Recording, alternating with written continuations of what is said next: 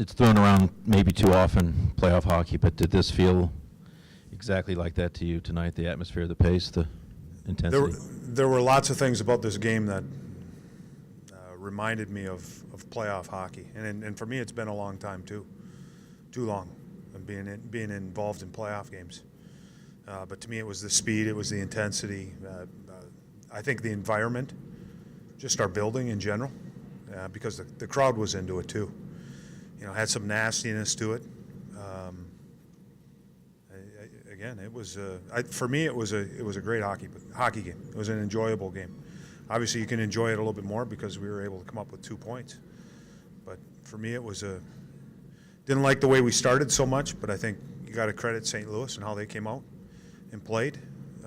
We were watching instead of playing the game. And I think once we started to get into it, once we got our legs, it became a really good game. Todd, the two young guys, 13 and 19, getting in on the goal scoring, kind of their first foray into this, as Porty said, into that playoff hockey. Were you impressed? And Calvert was obviously all over everything. Was it fun to see these young guys really respond in a game like this? There was also Dalton Proud on the back end too. So all of our young guys, and they've been really good all year. And to me, playing in these games is a great learning experience because the pace is faster, the intensity is there. And we got contributions from our young guys. Again, we had some guys at the start kind of tiptoeing into the game. By the second period, I think we were all into it. And obviously the second period was the difference. Third period, I thought we were so-so. We didn't manage it probably as well as we should have. But, found a way to win a big hockey game. Coach, to that end on the second period, with Bob withstanding that surge in the first period, do you think it was a case of maybe St. Louis coming off playing the night before with all that adrenaline early, that maybe they kind of punched themselves out? I agree 100% with you. I believe sometimes it's easier in these back-to-backs. We had 2 days off that the timing is there, the adrenaline, the energy is there because they had played the previous night. And then it starts to wear off a little bit. And again, we were able, as you said, Bob kind of withheld the fort and until the troops arrived. And once we got into it, again, it became a pretty even game. And obviously we were able to capitalize on our opportunities. Todd, these games just seem to grow more physical as we go along. And how much do you try to manage that with your players? You want them to be physical, you want them to be all in a game, but managing against, taking bad penalties and those kind of things that can bring you down. It's that emotional line you have to walk. And it's getting to that level without becoming undisciplined. And I really thought that we were okay with it. I mean, Bowler takes one early, but we want guys to finish checks. That they're going to make the call every now and then. They made the call. Again, it was one of those games. Lots of intensity, lots of physicality. That's what you want. And I think our players, again, once they got into it, the team toughness, the guys sticking together, and you want to see how your team's going to react sometimes in these intense games when there's scrums and those things going on.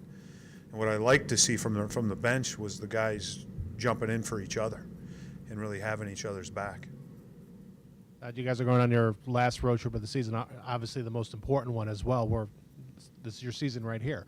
How do you maintain the energy and the compete level that you guys have at home and carrying that on the road? I mean, just especially with the young guys, just keeping that going here on the road. This is a good way to start right here. Confidence-wise, energy-wise. Again, hope and believe is two powerful things. And right now, the guys in that room feel that. It starts tomorrow night. We can't get ahead of ourselves. I think everyone knows what's ahead of us, but we can't get ahead of ourselves. We can't start thinking about Colorado, LA. We got to focus on Minnesota. There's a huge 2 points on the line, and based off of this game, hopefully this will springboard us a little bit, and the intensity. A big test for our team tomorrow is going to be, can we reach the same emotional level? Because Minnesota's, they're a desperate team, and they're fighting for points, and not only where they are in the standings, but they got some teams starting to creep up on them. So this is a huge 2 points for them, and we have to try to get to that same emotional level that we had tonight. You switched up. It looked like all of your guys remained fairly healthy throughout the game. Your centers had different line mates a lot. What was the thinking, the theory behind that? There was no thinking.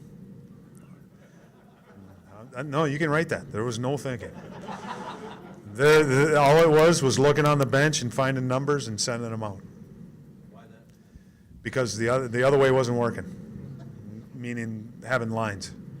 So it was just, honestly, it was looking down the bench and picking a couple guys. And I think we were coming out of penalties. There were some situations that were going on, and I found that maybe a centerman was out on the ice, so it was kind of screwing up the combinations.